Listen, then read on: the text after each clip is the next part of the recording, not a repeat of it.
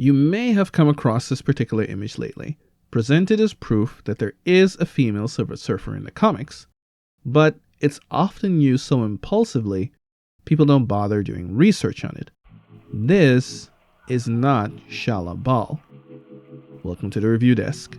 I'm Desmond Carrick, and today we'll set the record straight on the female Silver Surfer.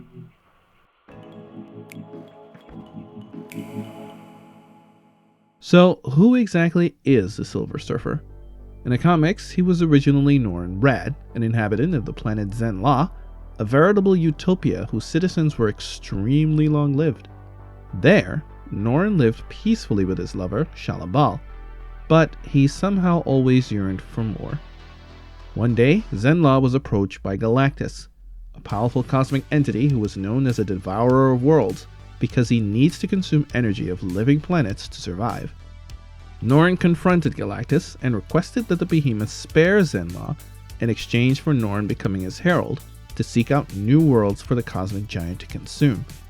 Galactus agreed and granted Radd a portion of the power cosmic, which transformed him into the Silver-Skinned Surfer, a being of massive power himself. The power cosmic grants Norrin Radd near limitless superhuman strength, the ability to manipulate matter and energy, to the point that he drained the Hulk of his gamma radiation, reverting him to Bruce Banner, and he can fly at speeds faster than light with considerable ease. Now, many people always assume Stan Lee's favorite character is Spider-Man. After all, he's Marvel's flagship character. But Lee's favorite character has always been Silver Surfer, even though he didn't create him. The other character that I liked was called the Silver Surfer. I worked with an artist who was the greatest, named Jack Kirby. I don't think my stories would have looked as good if Jack hadn't done some of them, because he was brilliant. He became my mouthpiece for how I feel about a lot of things. I told Jack I want to use this character a lot. Lee has even openly butted heads with Marvel's editorial team when they wanted to give writing duties for Silver Surfer to another writer. Makes you wonder how he'd feel about a female surfer. So the question remains, is there a female Silver Surfer in the comics? Kinda. Which brings us back to this image. You see, this particular surfer is neither Shalla Bal nor a gender-swapped Norrin Radd. She's not even from the same universe. This particular surfer is Juno, the granddaughter of Greek powerhouse and veteran Avenger, Hercules. She hails from Earth 829, and in that world's future, Hercules sacrifices himself to save the universe, including Galactus. In return, his granddaughter Juno demands that Galactus turns her into his herald, which would allow her to find worlds that are not inhabited for him to consume. So why is this image of her so popular in this matter? Because it's the only proper shot ever made of her in her surfer form. On the same page, we see her fly off into deep space, and she's never appeared in comics again. I don't mind people defending Shalla Bal in the MCU, but it's important that they stop using the wrong image. And then there's this image, which you've probably seen as well, but again, lack of context.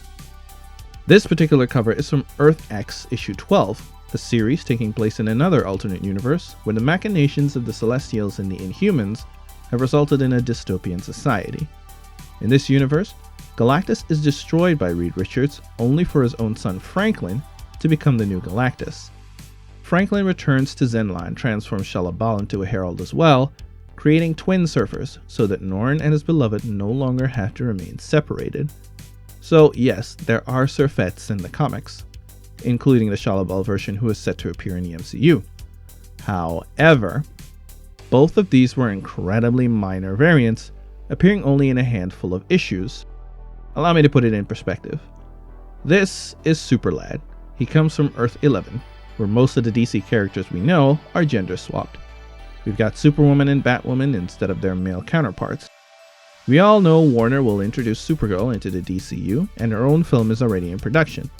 Now imagine that instead of Kara Zor-El, the film series actually focused on Super Lad instead. It makes you wonder why such an incredibly minor character is given the limelight. That's the case with the Shalla Bal version of Silver Surfer.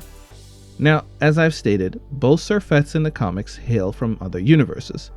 It's already been confirmed that the Fantastic Four are from another part of the multiverse, so there shouldn't be a problem with this not being the Norrin Radd version.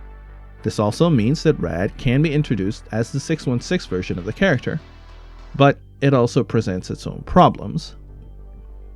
Introducing Radd at a later state might make him feel redundant, as you already have a Silver Surfer, and if she makes her only appearance in the Fantastic Four film, eventually making her male counterpart the one we see more often, giving him more prestige than Shalla Bal, could rub some audiences the wrong way, because it'll look like a female character is sidelined by a male counterpart yet again. While the MCU has its fair share of gender swaps, this time it concerns a pretty high-profile character, making fans question why the change was deemed necessary. But as all good movies prove, it's more about telling a good story, and as long as Marvel sticks to that, it might not matter whether it's Shalla Bal or Norrin Radd. What do you think? Stick with the old Surfer? Or was it high time for some change and more diversity? Let me know in the comments below. Thanks for watching. Please subscribe.